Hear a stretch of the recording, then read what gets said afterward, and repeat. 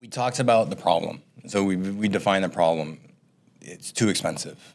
So how do we solve the problem? And so what are the problems? And for me, right now, we're in this perfect storm of now for tariffs, right? Or maybe tariffs tomorrow, maybe tariffs yesterday. I don't know, right? But uncertainty, right? We have the war in Ukraine. All these black swan events have hit us since 2020. Whereas, in 2006, when all this happened, there's a slow run. Maybe it's going to happen. Maybe it's not. Then, a lot of speculation. A lot of speculation. I was there. I was selling real estate in 2006. The biggest, when is the buildup going to happen? And I've watched market values climb since then to when today. Was I think we hit the low like 2003 or 4. Was that kind of like? Well, so that was the low, but that was before I personally entered the market as a realtor. I entered in 06, and 06 is like OHA was climbing, right? The speculative. We had that first same conference, so everyone's here, and then 08 financial crash happened, and we flattened out, and then 2010, we've been creeping up ever since. Right. So it's happening, right? That's happening. Boots on the ground. There's RFIs out, like, hey, we need like 10,000 houses. The whole real estate market is a buzz. If you don't know about this, the federal government put out a request for information essentially saying we need 10,000 houses in the next 5 years. Help. Right, and we don't have the time to acquire them at the normal rate. Yes, yeah. So you got anything, throw it against the wall and let's see if it sticks. So the whole real estate market is throwing stuff against the wall and finding ways to scale construction. And there are a ton of solutions, and there are varied solutions for the market. But the number one issue is expense, right? And the structural cycle of development. Permitting is an issue that you hear. I've been at the round table with you all the time, right? We don't have to go on a permitting thing, but we can talk about it. But we know that's an issue. But I will say, I talked to one of the consultants, right? And he's saying that the government team is on top of it. Yeah. Now the bottleneck is in the mayor's council, the super approvals. Sure. And so that's where some of your bottlenecks come with your density and your negotiations. But in a nutshell, it's an 18-month cycle to get higher density to the market effectively. I think that's one area of opportunity. Some mayors, and there's some draft legislation that we're talking with them about. Some mayors having these additional hearings has been a burden to them. Mm-hmm. They don't have the financial or administrative backing to even advertise or hold the multiple hearings required, with their municipal planning councils. And one thing we've talked about is an opt-in. Whether or not we can just continue to keep this, the posture of moving things forward. But for communities that really see maybe a project that has high community interest, for the mayors to opt in to having an additional hearing, as opposed to a default, you're going to have an additional hearing. Even here in Sinahanya, Mayor Hoffman was telling me, there are these projects the community loves.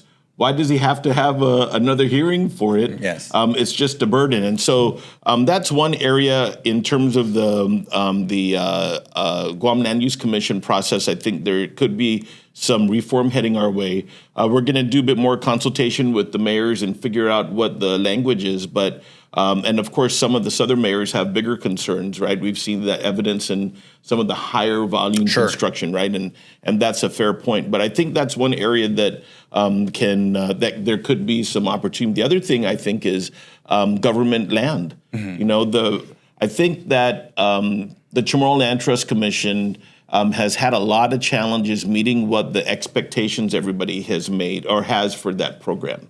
And one of the big problems I see is there's been widespread abuse or maybe a misunderstanding about these agricultural leases. Yes. One of the responsibilities I have is trying to clean up the island. And there's tens of thousands of abandoned vehicles on government property, in particular in agricultural leases of the Chamorro Land Trust. And, I've been talking with the Guam EPA, and the Chamorro Land Trust Commission has to take responsibility for allowing this mess, and they need to clean it up. Mm-hmm. But we also need to make sure that agricultural lots are actually serving a purpose. And sustenance farming is definitely valid, but there should be parameters.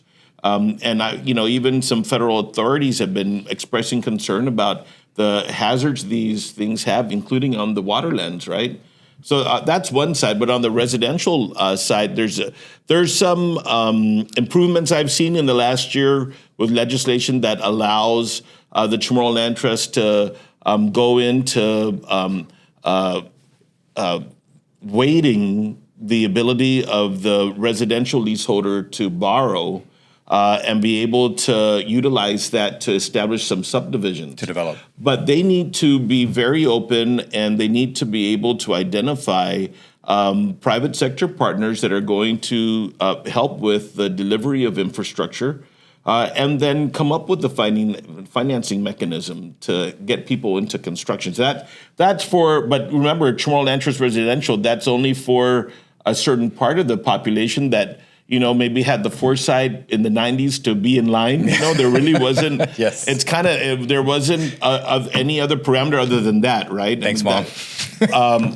Conversely, I think there's a good opportunity for the Ancestral Lands Commission to recognize and develop to do development projects that will benefit the ancestral landowners that are never going to get their properties back. And I think that commission in particular, they've done it already with negotiating with AT&T or active negotiations for their landing stations.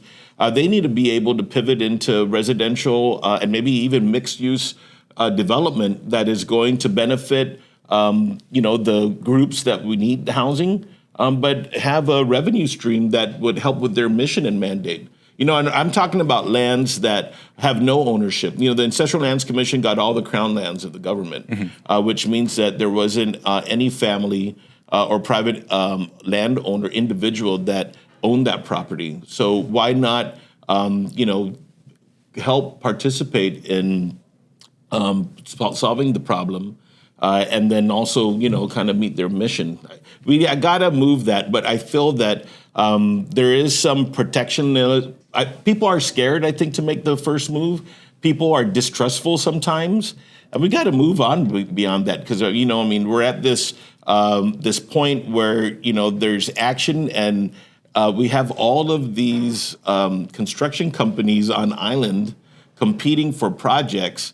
That means also that we got some expertise here that can help us build, right? Yeah, that's one of the things Troy Brown said in the same conference. Is he referenced construction capacity here. We have about $4 billion left.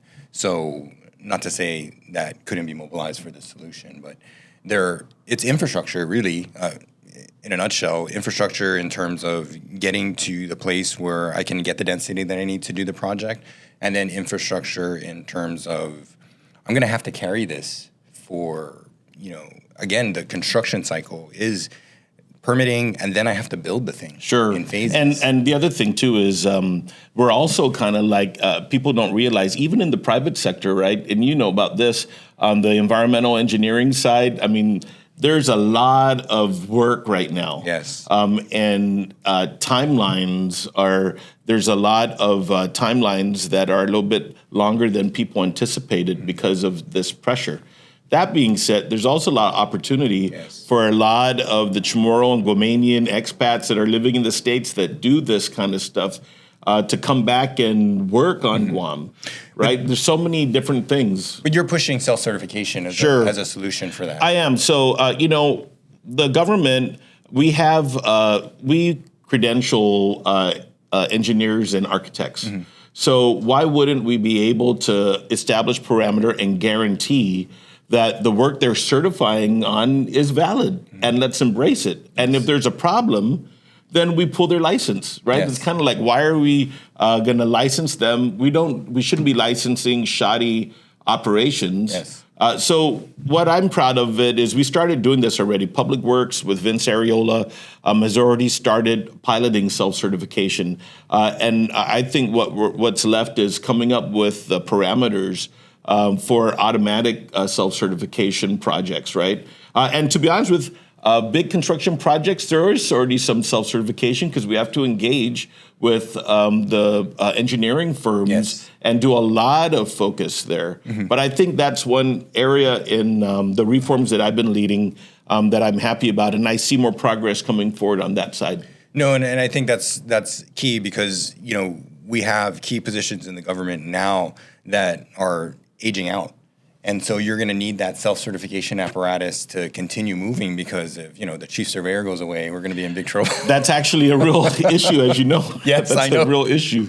Don't retire yet, Mr. Yes, Santos. please, Mr. Santos, yes. But, I think that the other part of it is we need to be able to have a marketplace or a operating space where we're able to facilitate new innovations. Yes. So, people often talk to me when I'm dealing with the homeless issue about miniature homes, right? Mini homes. And, those kinds of models are very contrary to the default building codes that we have, right? And the land use. Mm-hmm. So there has to be some exceptions. But we should be able to embrace new technologies. And the government folks are not familiar with that. Yeah. So, finding the practice or the way to be able to permit and really test and ensure that new building methods are safe for our people, I think that's part of kind of like the work ahead for us. And the government has to be able to rely on and identify experts that are going to meet their assurances in order to allow this. And, it's not like we've expanded the number of building code officials to try and pick up on the pace, but it's not like there's a big practice for continuing education. We have to be able to learn more. And I think that's where there's partnerships with the private sector, and especially with the professional organizations. Yes. Everybody has a stake in it, but we have to hold each other accountable. And so for me, I think the most fundamental problem outside of, even beyond government processes, is liquidity. And so I think the government has to solve the liquidity issue, not just on the residential side, but on the developer side. And when I say liquidity, let's talk about, and this is the point I've been working up to, development cycle, 18 months, building cycle, 18 months. And this whole time, me as the developer, I'm carrying the costs. I buy the land, right? I have to put in the infrastructure.